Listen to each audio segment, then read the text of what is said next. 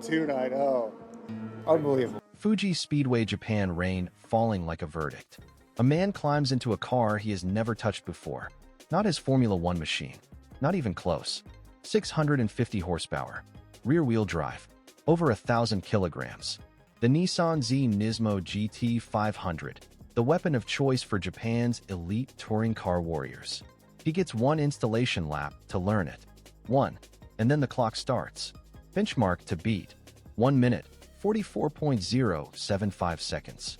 Set by Atsushi Miyake, a Super GT race winner, a specialist, a man who has spent his entire career mastering this car, this circuit, this ring. So here's the question the entire motorsport world is now asking. Is Max Verstappen simply on a different planet from the rest of us? Or is Formula One hiding something even more frightening? A man who has already decided his future belongs somewhere else? Let's lay out exactly what happened. Red Bull brought Verstappen to Fuji as part of a challenge. Jump in. Figure it out. Beat the benchmark. First timed lap. The very first real push in a car he'd held for less than 10 minutes of his life. He clocked 1 minute, 44.142 seconds. Less than a tenth off Miyake's time. But that was just the start. Because what happened next changed everything. One more lap. 1 minute, 42.290 seconds. Nearly 2 full seconds faster. In the rain. In a completely foreign car. And Atsushi Miyake, the man who was beaten, wasn't angry. He was stunned. I was really able to see how good he is, Miyake said. That wasn't PR language. That was a professional racing driver with his jaw on the floor. Now here's the twist nobody expected. This wasn't even Verstappen's main event. This was his warm-up. For the Nürburgring, 24 hours. The Green Hell.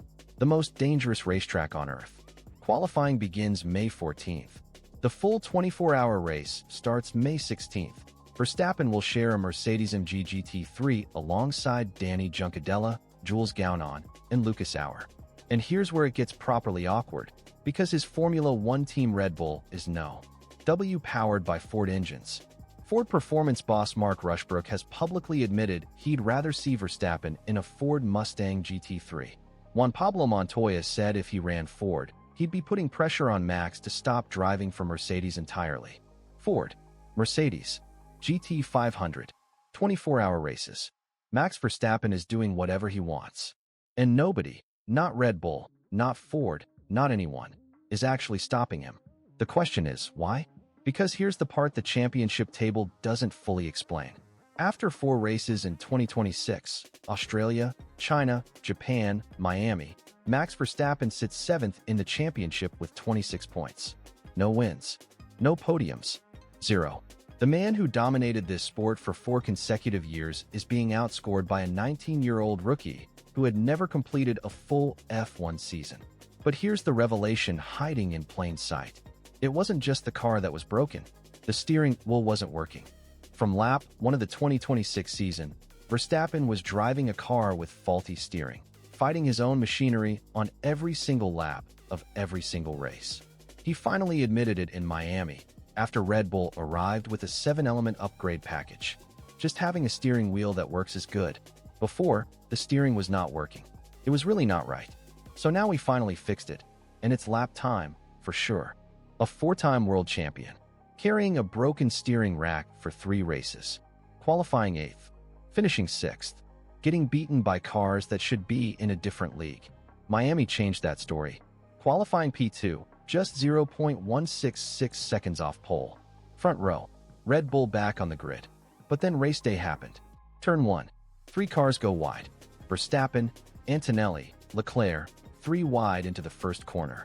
Turn 2, the rear goes. A full 360-degree spin at racing speed. Martin Brundle calls it genius. Juan Pablo Montoya calls it luck. The paddock couldn't even agree on what they'd just witnessed. Somehow, impossibly, Verstappen fights back, runs 3rd, battles to 5th on the final corner. Gets hit with a post-race penalty for crossing the pit exit line. Leclerc's bigger penalty saves him. P5, his best result of the season. And still, the hard compound tires didn't work. The stint ran too long. And Verstappen left Miami knowing the car still has 7 kilograms of excess weight, costing him 0.2 a lap.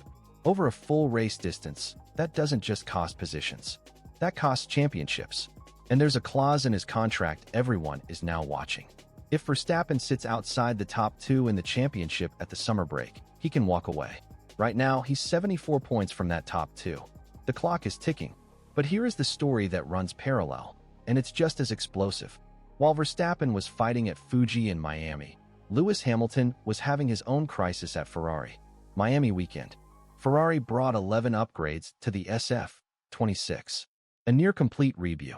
Wild. Simulator sessions done. Data prepared. Setup planned. And then Hamilton climbed into the car, and nothing worked. Snappy into corners. Massive understeer mid-corner.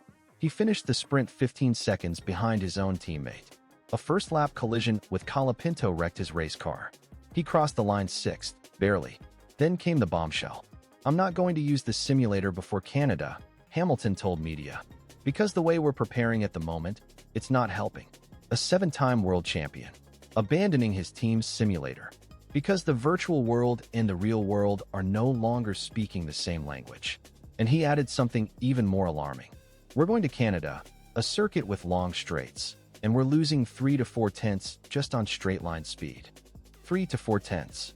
Every lap. Just on the straights. This is the wound that won't close." Ferrari made a deliberate design choice. Sacrifice outright power for aerodynamic efficiency. Clean car. Smooth energy management. Beautiful through corners. But on every straight, rivals walk away. And Hamilton and Leclerc, no matter how late they break, no matter how much they push, cannot create horsepower that doesn't exist. But here is where the chapter turns. Because the FIA has just granted Ferrari a special performance allowance, an ADUO, specifically targeting their power deficit. We're talking up to 50 horsepower. Gone from the deficit. The single biggest weakness Ferrari has carried all season, about to be surgically removed.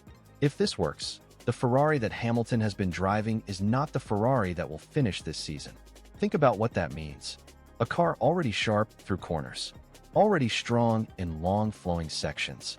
Already designed for race management and tire longevity. Suddenly given the straight line speed it was missing. You don't just improve a car like that. You transform it. But here's the risk Ferrari cannot ignore. More power changes the entire behavior of the car. Energy deployment. Balance. Setup sensitivity. Everything shifts.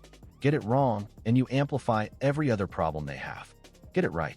And Hamilton finally has a weapon worthy of his talent. So here's where we land. Verstappen at the Nürburgring.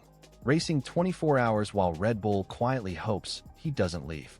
Canada coming fast. May 22nd to 24th, and Red Bull promising more upgrades.